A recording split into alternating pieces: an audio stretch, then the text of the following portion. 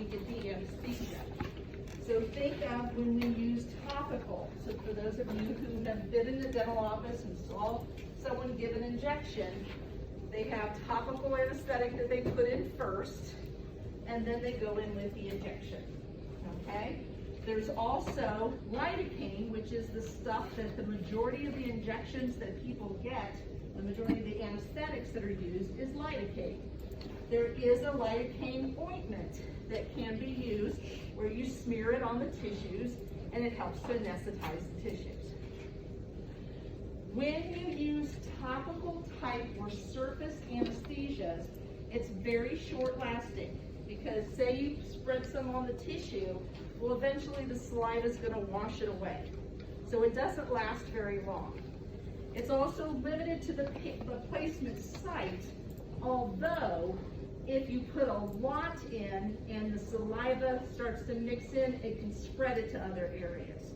So if you put a big glob of topical in someone's mouth, it will mix with the saliva, and then the next thing you know, it's going down their throat and they feel like their soft palate is numbed. Surface anesthesia is optional. We're going to learn that when you place the topical anesthetic on the tissue, it doesn't do a whole lot with preventing any discomfort from the actual needle going into the tissue, because typically the needle going into the tissue is not very painful. The pain when someone is getting an injection is from the solution going into the tissue. And topical anesthesia does absolutely nothing for that.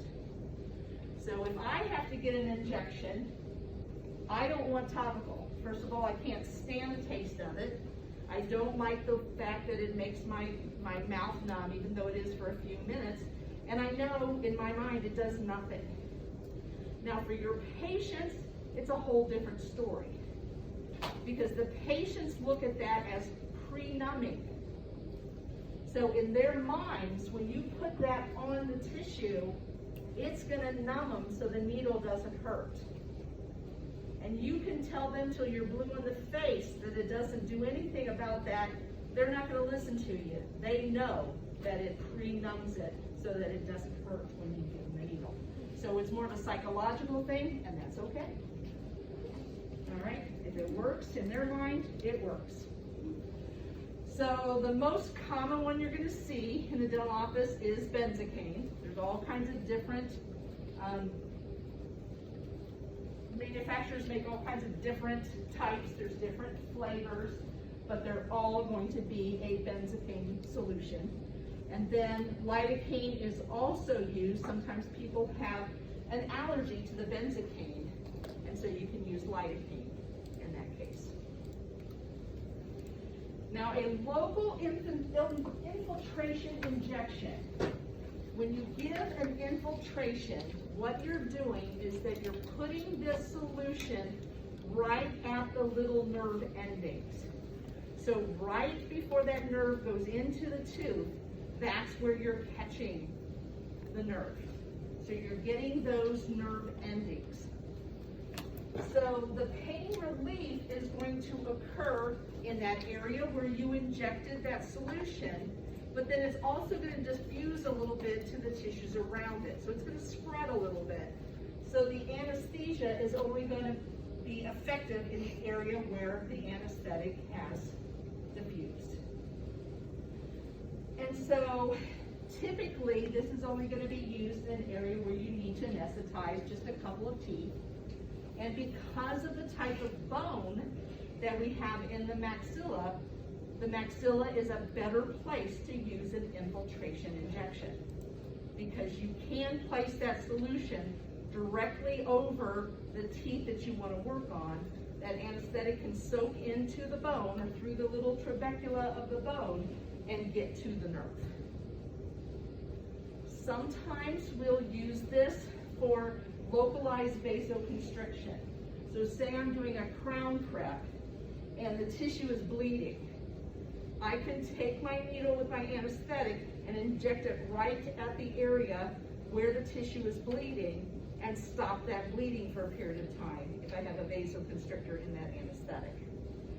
So that is not the primary reason why we use the anesthetic. So vasoconstriction in this situation is not the primary reason. The primary reason is for safety of the patient and duration of the anesthetic. Does that sound familiar? Do you guys see that? Maybe a question about that? Good homework? Yeah? Not yet? Or you don't remember? I don't know. Yeah, we did. I thought it was on there. It was.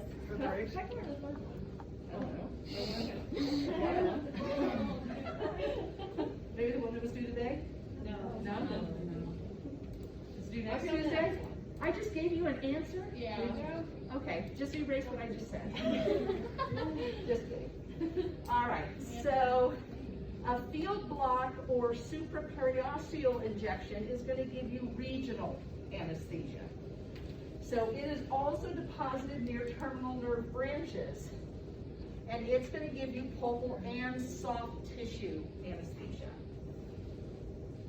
And so again, this is going to be more in the maxillary arch, and that's when we're going to do like the ASA or the MSA blocks. Now, when we talk about the ASA and the MSA, you can either do an ASA or MSA block, or you can do an ASA or MSA infiltration. When we look at the anatomy here in a little bit, we're going to see that as the nerve comes down, the ASA nerve comes down, and then it branches, so a little bit goes to the central, a little bit goes to the lateral, a little bit goes to the canine. So we can infiltrate in that area, and what we will be doing in the clinic is we're going to be doing infiltrations. We're going to catch those nerve endings as they come to each individual tooth. If you went a little higher, you can do an ASA block, but then you can also get other areas that you don't necessarily want to anesthetize. So we're going to teach you an infiltration instead of a regional block, but you could do a regional block of that area. And then when we look at a nerve block, with a nerve block, you're going to get a large area of pulpal and soft tissue anesthesia. And so what you do is that you inject the solution near a major nerve trunk. When you get that major nerve trunk, anything that branches off of that nerve is going to be anesthetized as well.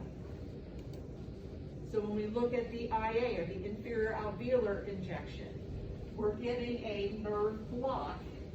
We're catching that nerve all the way in the posterior region of the mandible, and we are going to anesthetize anything that comes forward. So we get the IA, we get the incisive, and we get the mental. So you get large zones of anesthesia, you get profound pulpal and soft tissue anesthesia. You do have a higher risk of hitting an artery or a vein because the nerve blocks or the nerve trunks tend to run alongside arteries and veins. And you have to, your injection site could be some distance away from where you want to work. So if we want to work on tooth number, say, 23, mandibular anterior tooth, we have to anesthetize all the way in the back, and we're going to get that whole quadrant anesthetized just to work on tooth number 23. Okay? All right, so I told you that was a quick one.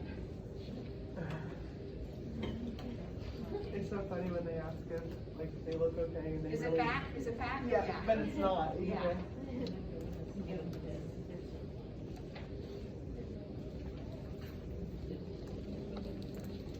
Okay, so now we're going to look at specific techniques.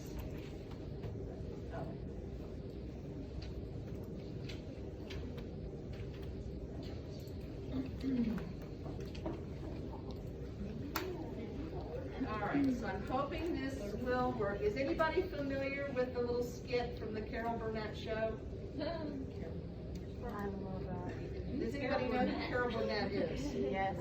Yeah, a couple people. All right, I'm hoping that this will work. I'm hoping that we have sound now. May not work. Is that the woman from Mama's Family?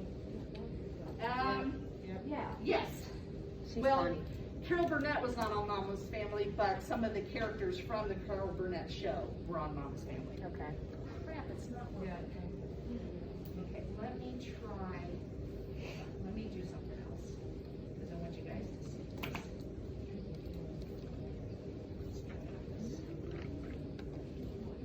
No, it's not gonna work. Okay, what I want you to do is when you get a chance, go to, just go to YouTube and put in the anesthetic or dental skit from Carol Burnett show, and this will come up. And these two guys, Tim Conway and Harvey Korman, are some of the funniest guys. Well, I think they're both dead now, but they were some of the funniest guys. You know, because they were into really slapstick comedy.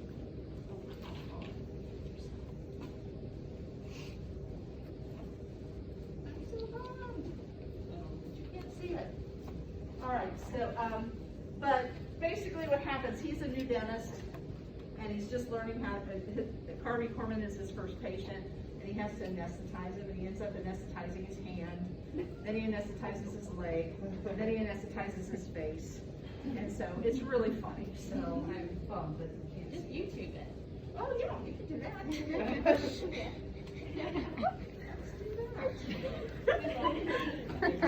He was like, you guys can just YouTube it. As long as we don't have YouTube, it's not blocked.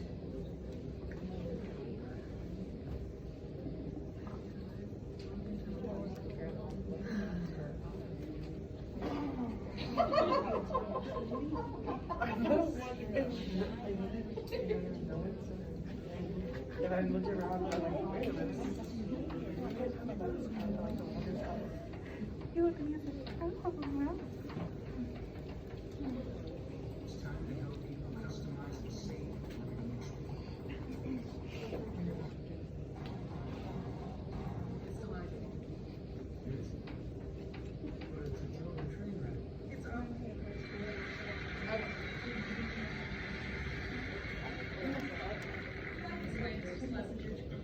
It always seems to happen on a Sunday, doesn't it? Oh, boy, I tell you, it really hurts. Dr. Kiefer will be with you in a minute. Dr. Kiefer, what happened to Dr. Vermar? Oh, he's out of town. He's breaking in a new part. I had to wear a cap like that. Doesn't hurt that much. You won't find her on campus on Sunday. Yeah, I guess you're right. You sure he knows what he's doing? Dr. Kiefer just graduated from dental school. As a matter of fact, you're his very first patient, so he may be a little nervous. You won't be the only one. Dr. Kiefer, Yes? your first patient is waiting.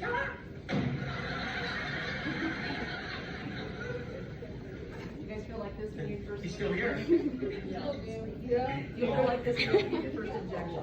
Do you remember your first I thought patient? we just had to come in and I do. practice. Yeah. He'll be right with you.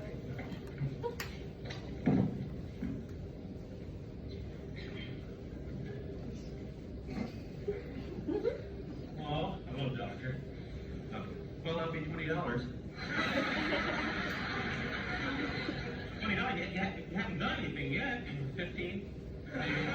Look, doctor, please listen to me. I have a terrible toothache. I am in terrible pain. I want you to do something to stop the pain. Either fill the tooth or pull it. Oh, gosh. Why, C's. C's? Yeah, see, in dental school, in filling and pulling, I only got C's. That was just kind of an average grade. I got A's in cleaning, though. You want me to clean it for you? Well, will it stop the pain? No, it'll look great. Why?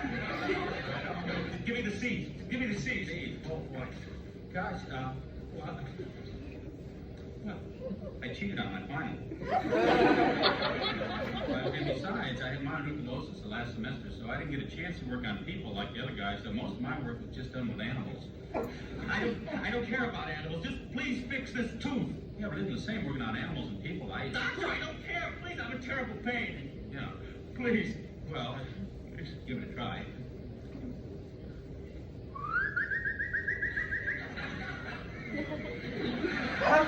What's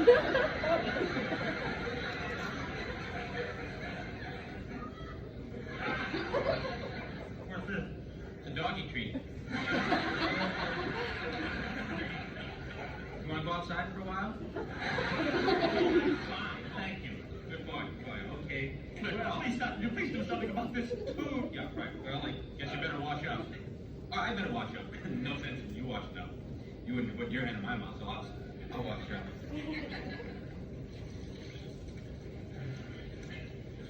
There we go. Water.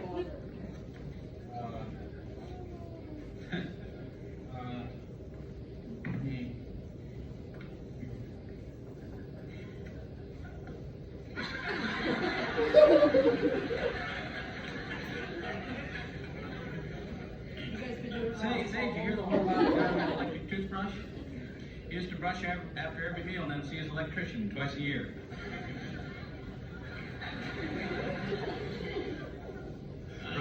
Brush your teeth, brush them every day. Mother, sister, brother, father, brush them every way. That's a cool song. Well, let's just have an old look at that here. Let's see now. Sorry. Oh, on second thought, I don't think we'll take a look at it. Well, now what? Well, my mother gave me these for graduation. Well, so what? Well, you're gonna get them all icky. No, I won't. You won't. No, I won't. Okay, well, maybe we can just wait till it falls out, you know. Please, stop. Okay. See? I was right. What? Well, you got it all icky. There you go. Better rinse out a little bit. There you go. Just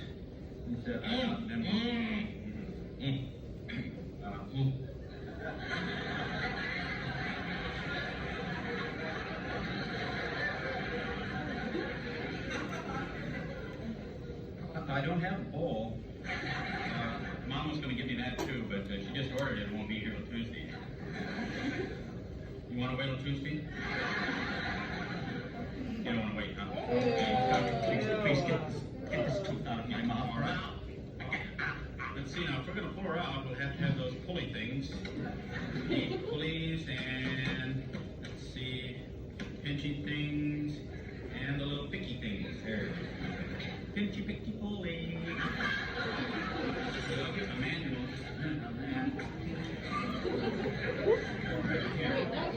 Okay. Out P, U,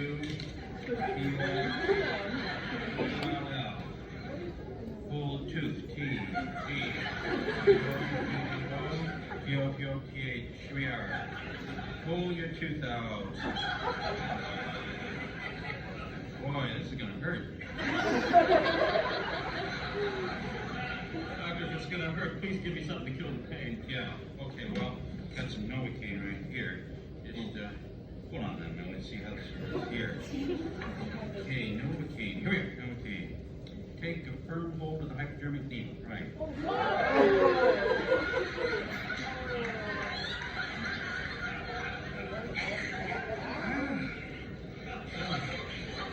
There'll be a little bit of pain, and then numbness will set in.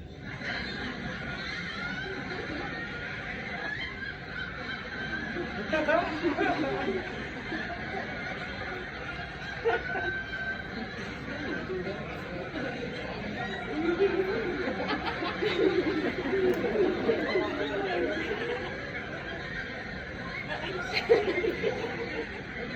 I guess we'll get right to it.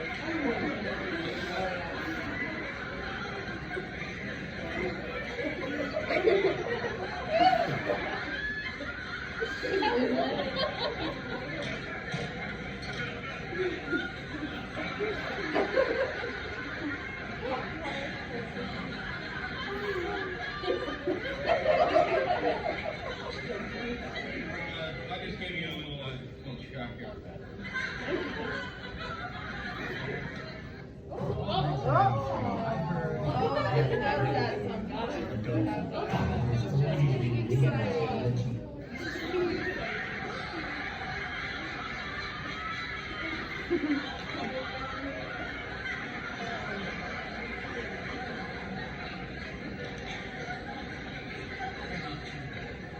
I'll be right with you.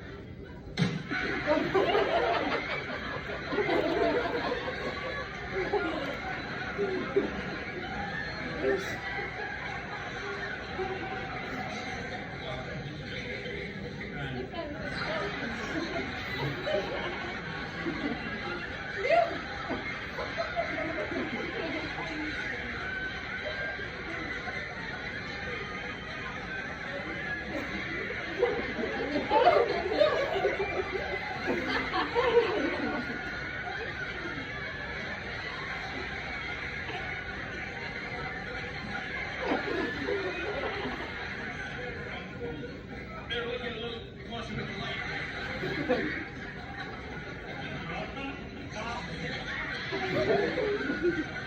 Sorry, I didn't, just, oh, well, now that'll be $20. So that's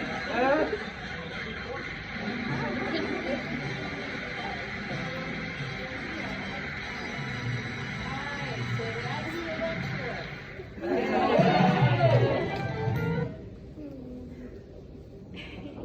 An injection the right way, right? We talked about infection control, and washing of the hands. Perfect. Yes, everything was great. Okay. So let's talk about injection techniques. We're going to start out in the maxillary arch. The first one we're going to look at is the ASA block. Again, when we teach you, we're doing more of an infiltration than we are doing a block. If you look at right here where we've got the ASA comes down and then there's branches that come off to get the central, the lateral, the canine. When we give injections in the clinic, we are just going to deposit the solution between the central and the lateral at the apex of the root and between the lateral and the canine at the apex of the root. If you were doing a true infiltration of the ASA, you would actually give 3 injections. You would give 1/3 of the cartridge above the central, 1/3 of the cartridge above the lateral, and 1/3 of the cartridge over the canine. But we have found clinically you can get by with the 2 injections.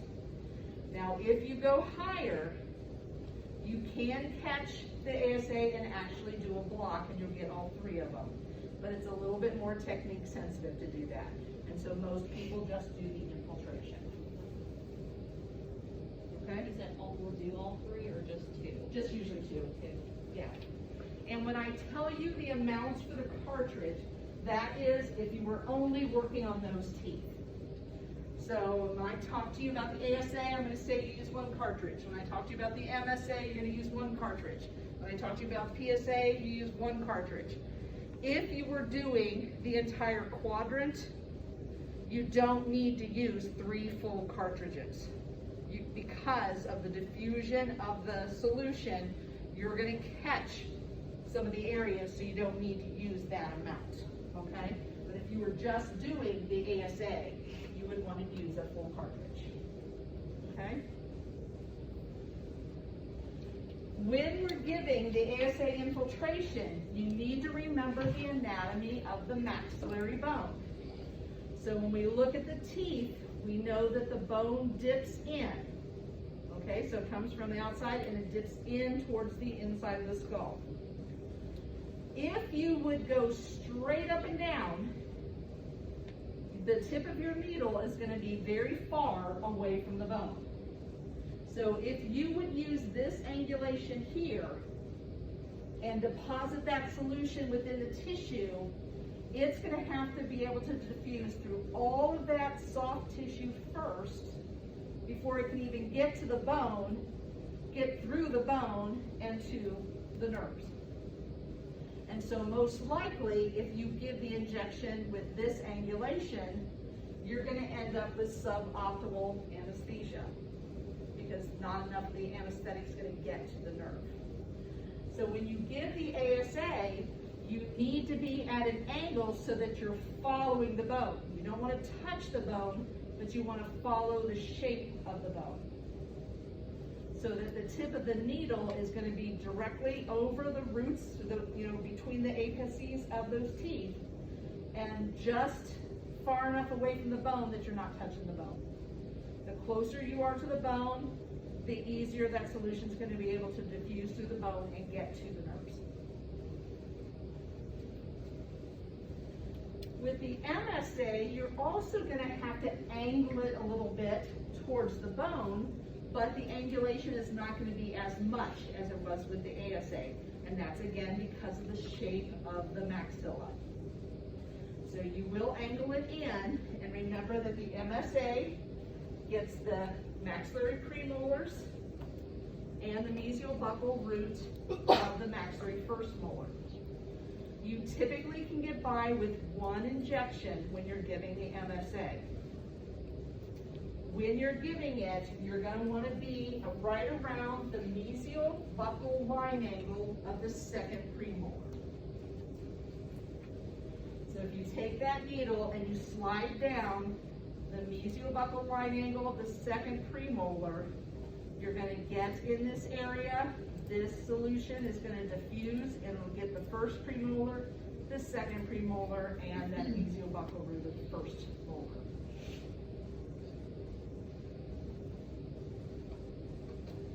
The PSA, you can either do an infiltration or a block. And typically, again, when I said about the ASA and the MSA, those are almost always given as infiltrations. PSA can be either depending on how much or how profound anesthesia you need. So most of you guys, when you are clinically working on patients, you will do fine with just doing a PSA infiltration. It's much less technique sensitive when you do an infiltration. With the PSA, you're still going to be angled. It's not going to be as steep as it was with the anterior or the MSA, but it will still have a little bit of an angle. And the number of injections is going to be determined by the number of molars they have. If they only have a first and second molar, you only need to give one PSA infiltration. And you'll do it right in between the first and second molars. If they have 3 molars, so they have their wisdom tooth, then you're going to give 2 injections. One in between the first and second, one in between the second and third. That wouldn't change if they have their first and third, would it? If they have their first and third, Second are and the third? teeth next to each other or are they separated? Both scenarios. Would it change if they were separated? If they're separated, you would probably still have to give 2 injections. So if you had the second molar extracted and there was the space in between the first and the third, you're going to have to give 2. Okay. If the second was extracted and the third came in the second's position, then you'll have to give 1. Okay. Yes. Is it the same cartridge? Yeah. Okay. Yeah. Just 2 different spots? Yeah, just 2 different spots, just like when you did the ASA. Okay. 2 different spots. What if the patient's unlucky enough to have a 4th molar? 2 or 3. You'd have to get 3, right? Okay. Now, another way of getting all of those molars with just 1 injection is to do a PSA block. And we'll talk about that here in just a second. So again, PSA infiltration, if you're just going to be working on 1 tooth, say we're just going to be working on, I'm going to do a restoration on the first molar. I'm going to inject directly over the first molar. If I'm going to do restorations on the first and second, then I'm going to go in between the first and second to make sure I get them both. Okay? ASA, where did you say, I know you said with the MSA, you usually go above the second premolar. For the ASA, ASA, you would go in between the central and lateral, and in between the canine and lateral. What if their laterals are missing? So you have central canine. How many injections? Two. You have 2 teeth? One. Because you go right in between them. Now the canine is often missed, and the reason is because people forget how long the root is. You want to be depositing that solution at the apex of the root. So when you're depositing the solution between the lateral and the canine, you got to go a little bit deeper to make sure that you're getting the apex of that canine. The PSA block, you are catching that nerve as it's coming down alongside the skull before it branches off to all of the different molars. So when you give this injection, if we look at this anatomy here, remember that pterygomaxillary groove in the bone? The PSA comes down that groove, then it enters the foramen, goes into the maxillary bone, and then branches off to all of the molars. So if you're giving a PSA infiltration, you're going to be injecting right here and injecting right here. If you're giving it a PSA block, you have to catch the nerve up here in this pterygomaxillary groove before it enters the bone. This one is much more technique sensitive, and so typically for what you guys are going to be doing, you don't need to give a PSA block. You're going to learn it because there may be times that you will need to do it. And just remember that even if it's an injection that you normally wouldn't give, your dentist may want you to give that injection to their next patient. So if they're running behind and you've got some free time, they may ask you to bring, the next one back and give them an IA or give them a PSA block or something like that, so that they will be numb by the time the dentist is finished with the last patient and they can just get started right away on the next patient. So if we're doing a whole quad, so we would potentially have, we could have all the way, if we didn't do a block, a PSA block, you could have like 6 injections on that side. But what you want to do is follow your anesthesia. So you would, the more anterior you get, the more uncomfortable the injections are. So you would never start with the ASA. If you're blocking or you're numbing more than just anterior teeth, you want to start farther back, because we know that that anesthesia is going to, or that anesthetic is going to diffuse a little bit. So we teach you to start with the MSA. In my office, I start with the PSA, because the PSA is the most comfortable. And what's nice with starting with the MSA is that some diffuses back and some diffuses forward. And so you can kind of chase the anesthesia, and it makes it more comfortable for the patient. Like we get more numb as you keep. Yeah, so when you start with the MSA, by the time you get to do the PSA or the ASA, some of that anesthetic has diffused forward and back, so the next time you inject, as you're putting that solution in, it's not as uncomfortable because they're already getting numb from the previous injection. So you follow that diffusion of that anesthetic.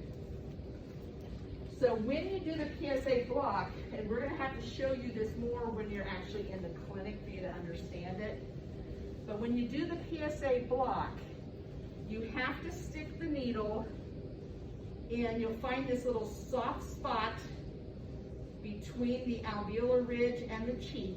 As you follow that alveolar ridge, all of a sudden you'll kind of drop into that little soft spot right next to the tuberosity area.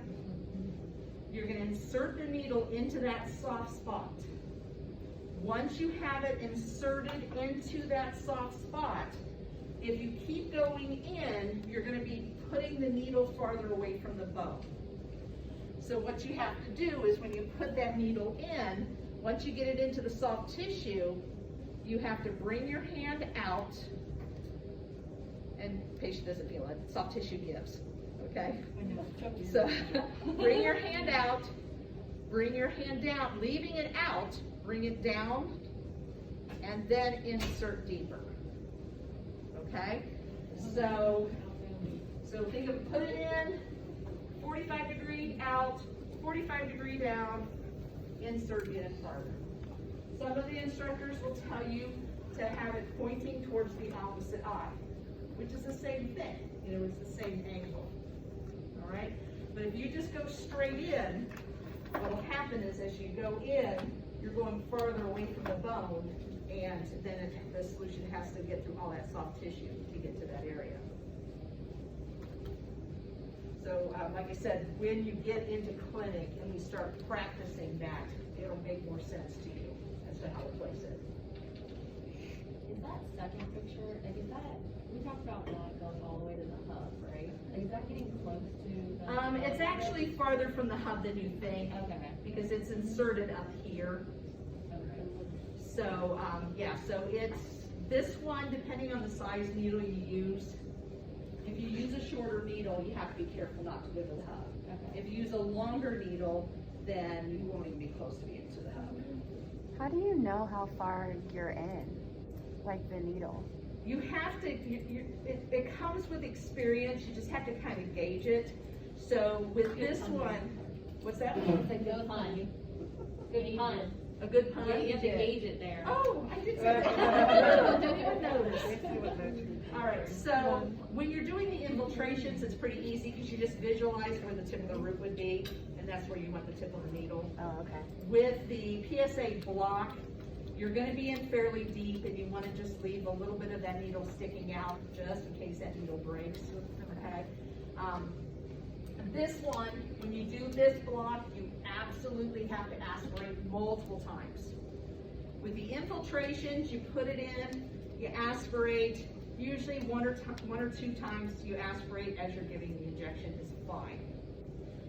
With the PSA block, you need to aspirate multiple times. So you're gonna get it into position. Once you're finally into position, you aspirate, inject a little bit, aspirate, inject a little bit, aspirate, inject a little bit. The reason you continually aspirate is because as you're pushing on that syringe with your thumb, sometimes that syringe moves. So when you first got it into position and you aspirate, you were in a blood vessel. As you push down on that syringe, sometimes that needle moves a little bit. Now all of a sudden you might be in a blood vessel. And if you don't aspirate anymore, you're injecting that solution right into the blood vessel. Okay? Now the greater palatine is found in the palatine area, okay? So we know that the greater palatine foramen is going to be right around that second molar. It's about 5 to 10 millimeters from the gingival margin going towards the midline. You can palpate for that foramen. This tissue is firmly bound to bone, so you typically can feel that foramen. Some people, it's more pronounced than others. Sometimes people will have like a little fat pad right over that foramen, and so you can actually see where that foramen is, okay? Now, I believe that your book shows you to palpate, well, I should just look at that, to palpate for the foramen using a cotton tip applicator. You have much more tactile sensitivity in your finger, so I'm going to recommend that you use your finger to feel for that foramen. Once you find the foramen, then you put the cotton tip applicator right on top of that foramen, okay? So here they're feeling, but the foramen's back here, okay? So eventually they come back here, and they may or may not feel it, but you have no tactile sensitivity with the cotton tip applicator like you do with your finger. So you find the foramen. As soon as you find that foramen with your finger, you stick the cotton tip applicator right on top of that foramen. Yes? Does that drive the patient crazy? Because every time I feel like the hard palate, they jump. They can. Sometimes patients can kind of feel your anxiety, and it makes them a little bit more anxious. So you gotta just wing it and play like you're not anxious, okay? Okay, I'll tell you, my very first dental patient that I had to give an injection on, she looked at me and she said, "How many of these have you given?" Okay, so I had my choice. I could lie to her and tell her a lot. I could tell her the truth and say, "You're my very first." Or what I did say to her was, "I can't even tell you how many of these I've done." I just can't. And it's a perfect answer, because in my mind, if I tell you, you might get up and run away. But in your mind, oh, she's done plenty of these. She can't even remember how many she's done, okay? So sometimes you just gotta fake it till you make it, okay? All right. But once you get that contip applicator on top of that foramen, you're gonna place the needle just anterior to that contip applicator.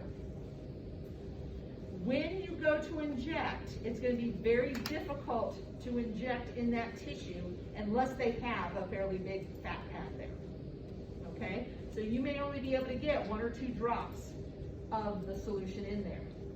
As you're injecting, lift the contip applicator off of the tissue and watch the tissue to see if it blanches.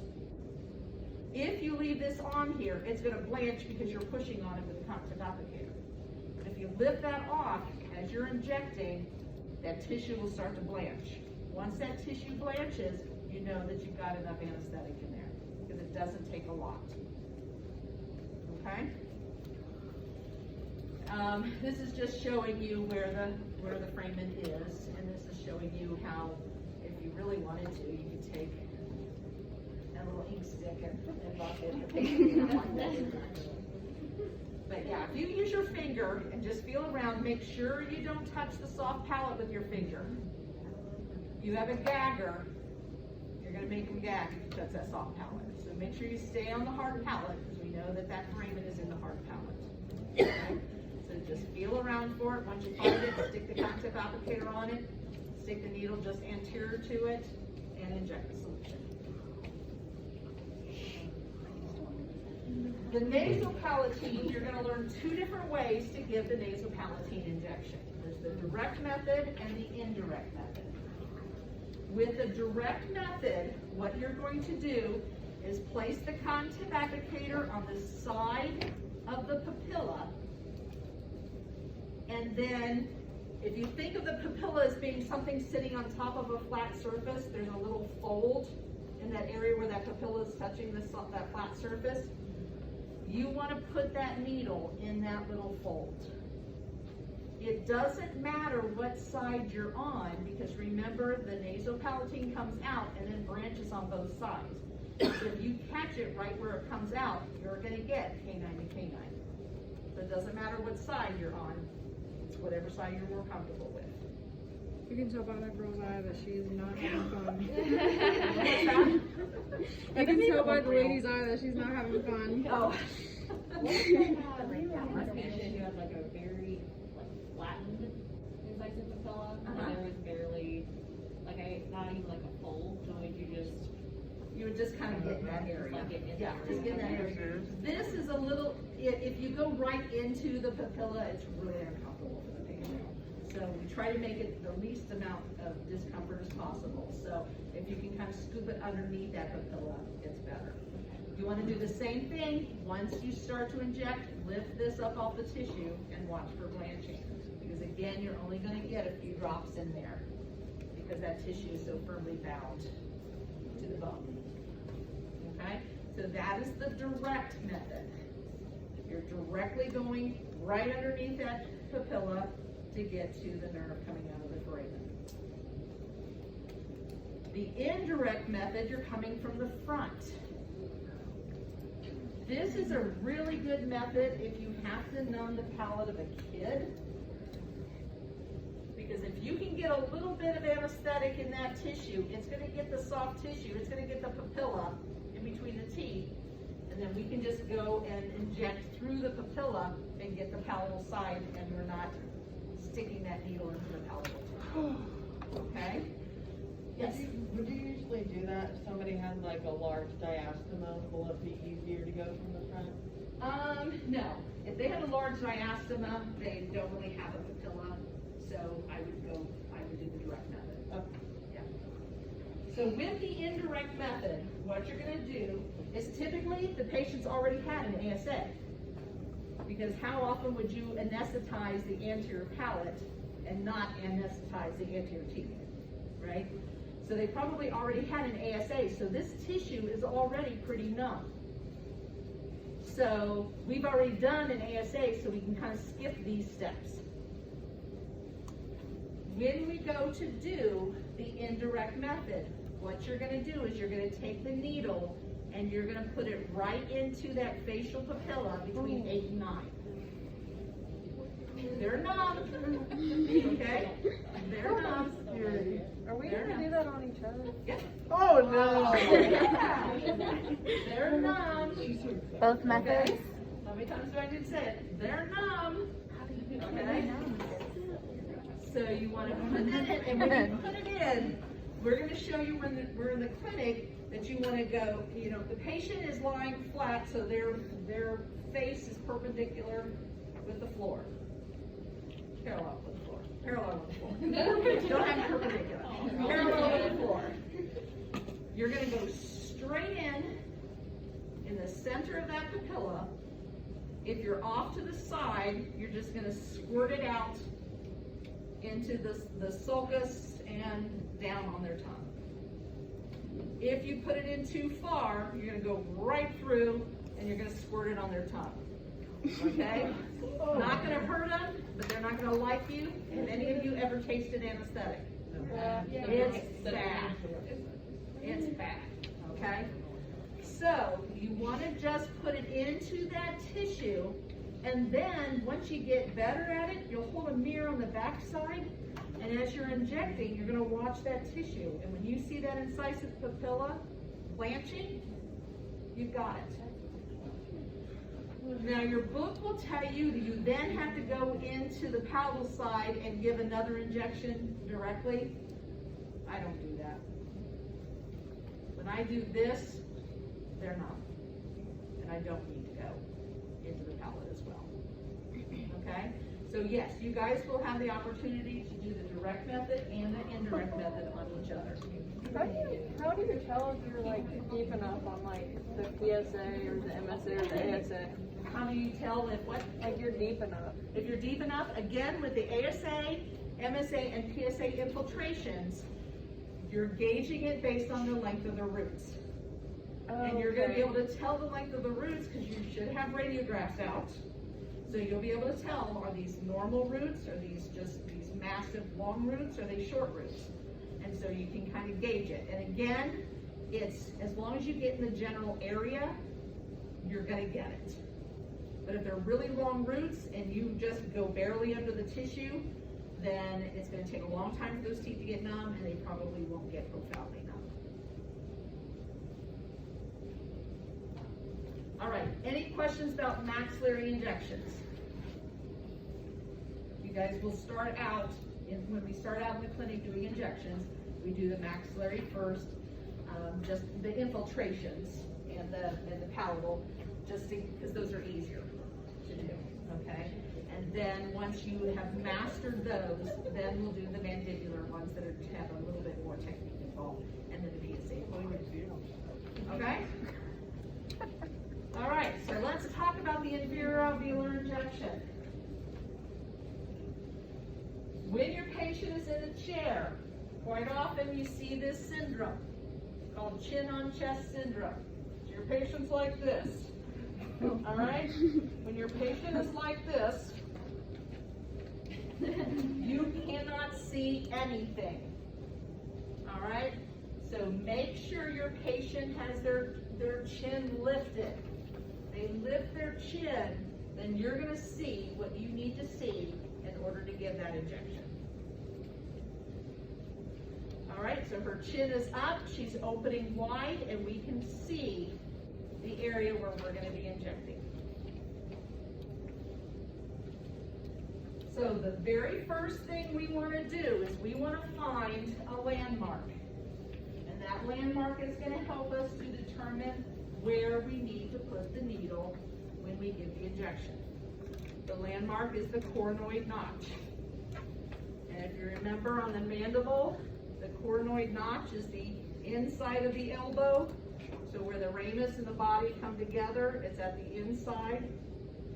You're gonna put, depending on what side of the mouth you're working on, you're either gonna put your thumb on that coronoid notch, or on the other side, you're gonna put your finger, okay? It's gonna depend on what side of the mouth that you're working on. So, hold on, let me think about this. When I'm working on the left side, I'm using my thumb. When I'm working on the right side, I'm using my index finger. Okay? I'm gonna feel that coronoid notch.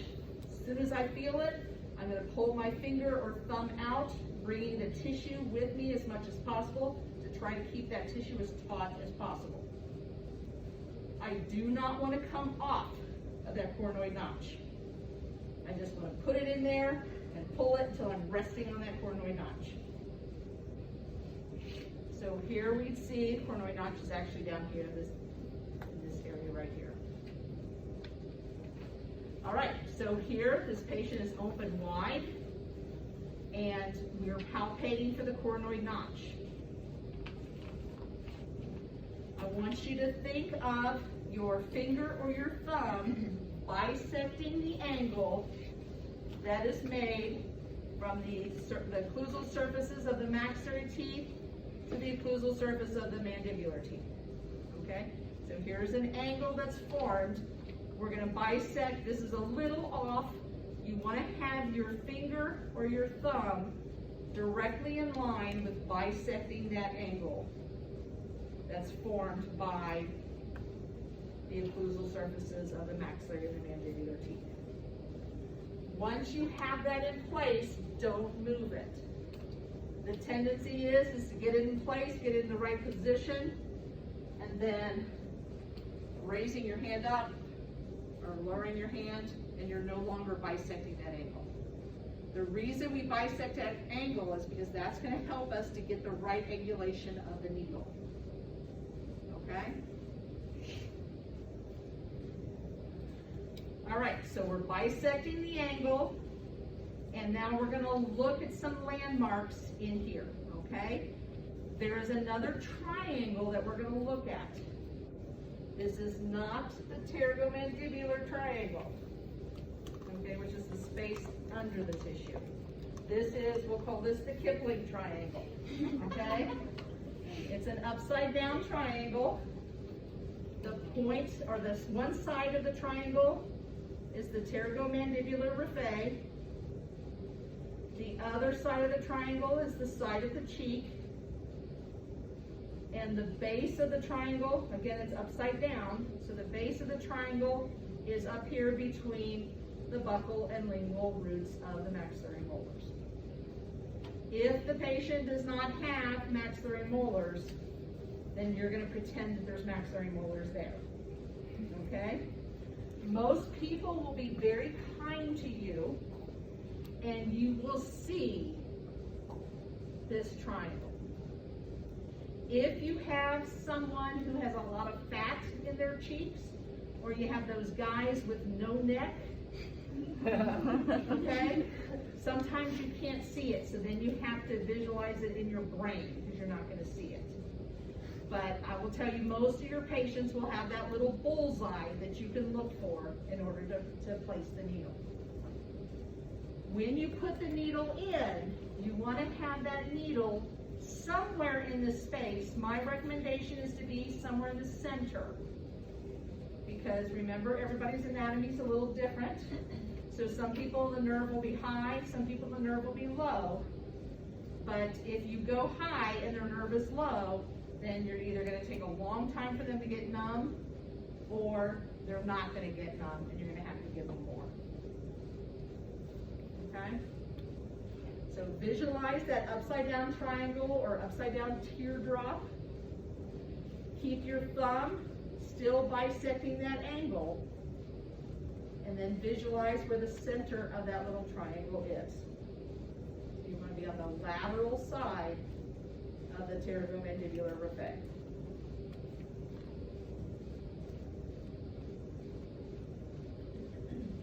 So finger's now missing, but this finger should still be here. And what you want to do is when you put the needle in, you've got your finger or your thumb holding that tissue, bisecting the angle. As you put the needle in, you want to keep the needle and the syringe in the same straight line as your finger or thumb. So you're holding that, you're sitting on the coronoid notch, and you're bringing the needle in, and you want it to be on that same line. And again, in clinic, it'll make more sense when we're actually doing it. You guys will, the first time you actually work on each other, the caps will be on the syringes. You will not be injecting each other. You'll be going through the motions, okay? Just to get the right landmarks and such. So once you have inserted that needle, you're going to continue inserting it to about, depending on the size of the needle, if you're using a short, it'll be a little bit farther. If you're using a long, it'll be a little bit less. But usually it's about 2/3 the length of the needle, approximately. If you go to insert this needle and all of a sudden you hit some resistance, remember sometimes people's anatomy are a little different. You might hit bone, you might hit a tendon. If you continue to try to go in, it won't go in. You'll just damage the needle a little bit more and cause more discomfort for your patient. If you hit something hard or something that's resistant to you entering or placing the needle, then what you want to do is just back up a little bit. Don't take the needle completely out of the mouth. Just back it up a little bit, and then you're going to have to reposition the needle.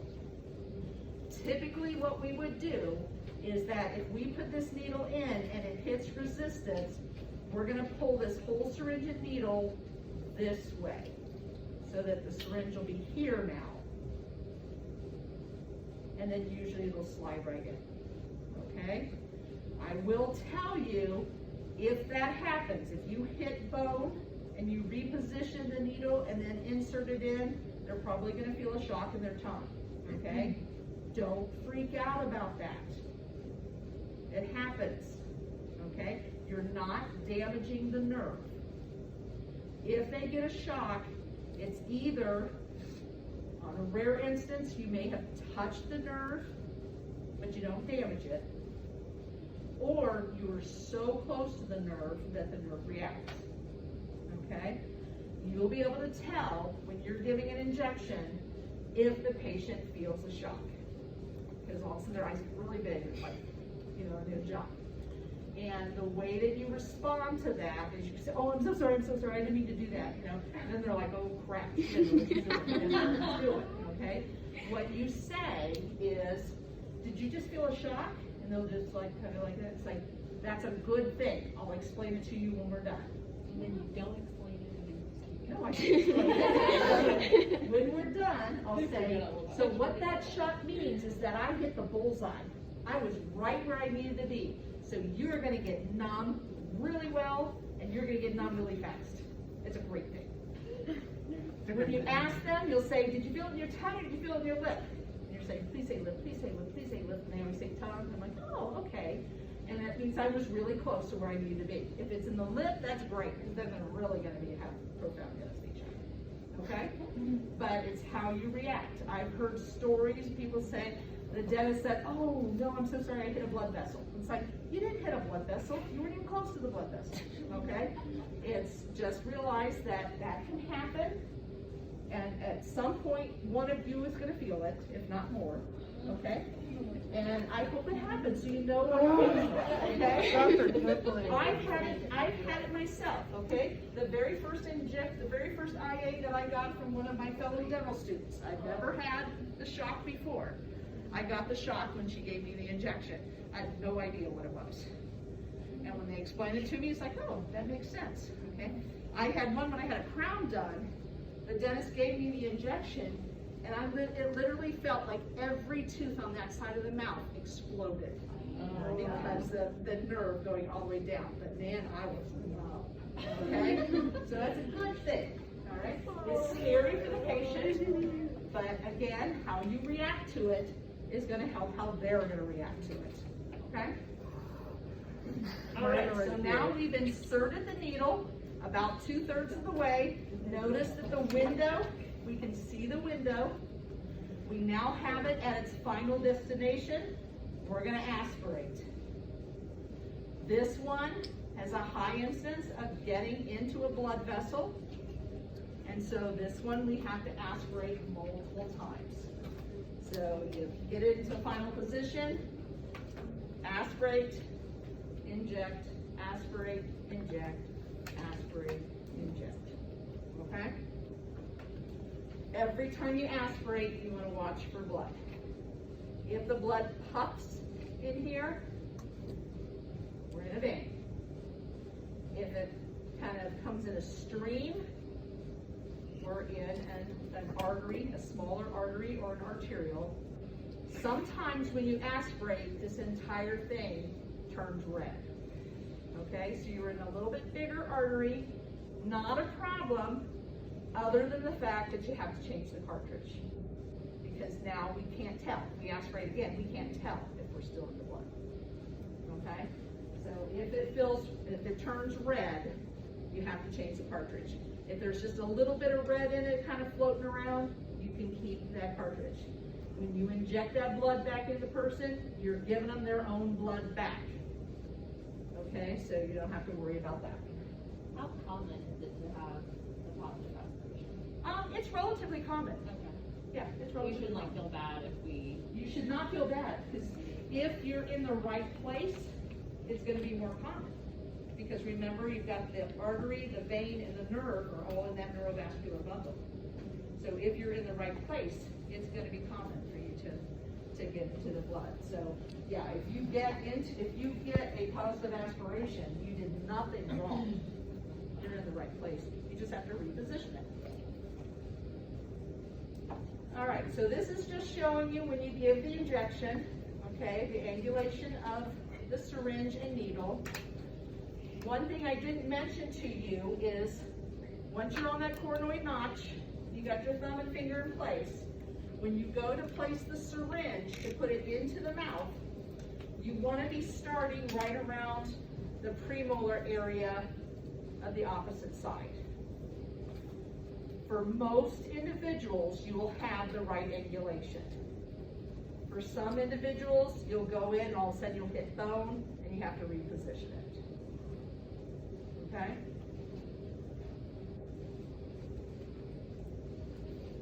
Doctor, Yeah. how big is that opening? Is it like one needle length? This opening in here, Yes. you got a lot of space. Okay. Now, sometimes, again, depending on the anatomy of the patient, you may be going through a muscle. If you go through muscle, it's gonna hurt a little bit more. But you can't stop it. You know, it's their anatomy. So in this case, you would just bring down the needle a little bit if you have resistance. If you got resistance, you would bring, I would take this, if I hit resistance, when I'm putting this needle in, I hit resistance, I'm gonna bring the needle down this way Okay. and slide it a little bit more that way. Okay. Because if I bring it up, Right. I'm definitely gonna hit bone.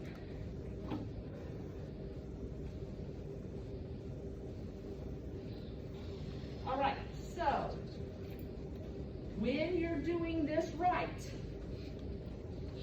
the needle is going to be found somewhere in this general area. And it's gonna be about the foramen is gonna be 6 to 10 millimeters above the occlusal plane. And where you're gonna be injecting is gonna be about 10 to 14 millimeters from the occlusal plane. So you are gonna be injecting right above the inferior alveolar foramen, because we wanna catch that nerve before it enters the bone. Okay? If we're down here, they're not gonna get knocked. Okay? Because we've missed the nerve. The nerve has already entered the bone, and this has got that thick cortical bone, so it's not gonna be able to soak through.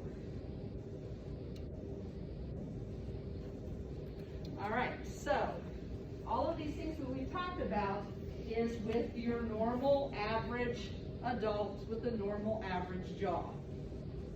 We all know that some people have different shaped jaws. And so we have to make account for that. If you have someone who has, you've got the typical angle of the mandible. If you have someone who is like very protrusive, the mandible is very protrusive, then typically what you're going to see is that the angle of the mandible is going to be much more anterior than what would be normal, and it's going to be a much wider angle. It's not going to be as sharp of an angle. So when that happens, it's going to change the position of where that foramen is found. So this would be where it's normally found in the normal jaw. But if you have someone with a protrusive mandible, then that foramen is going to be moved. It's going to be a little bit higher. When you give the injection, luckily, because of the anatomy, when you find that coronoid notch, you're still going to be in the right area, okay? So it's ideal. You have to find that coronoid notch. If you're just winging it, trying to stick the needle in and hoping that you get it, then there's a higher risk that you're going to miss that, okay? Sometimes people will have very thick jaws. So again, you have those guys with no neck with those gigantic jaws, okay? Flat surfaces of the teeth, okay? When you look for the foramen, or when you're trying to inject at the foramen tends to be a little bit more anterior because of the width of that ramus, okay? Again, find the coronoid notch and you'll be in the right place. And then just remembering that the angles of the mandibles or the width of the mandibles are going to be different. So you may have someone with these very narrow mandibles, you have somebody with a really wide mandible. So again, you have to account for that when you're giving the injection.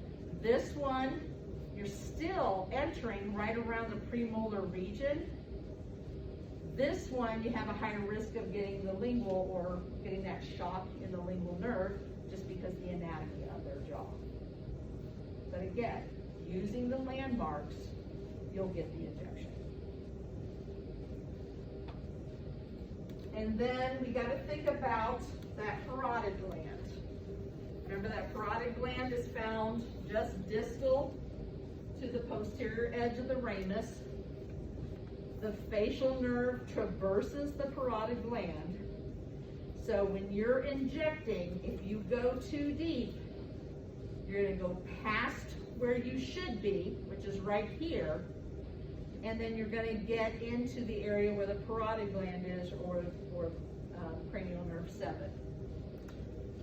If you anesthetize cranial nerve 7, that's when they get anesthesia of the muscles of facial expression, and they will be able to close their eye and their face will droop in more places than what it should.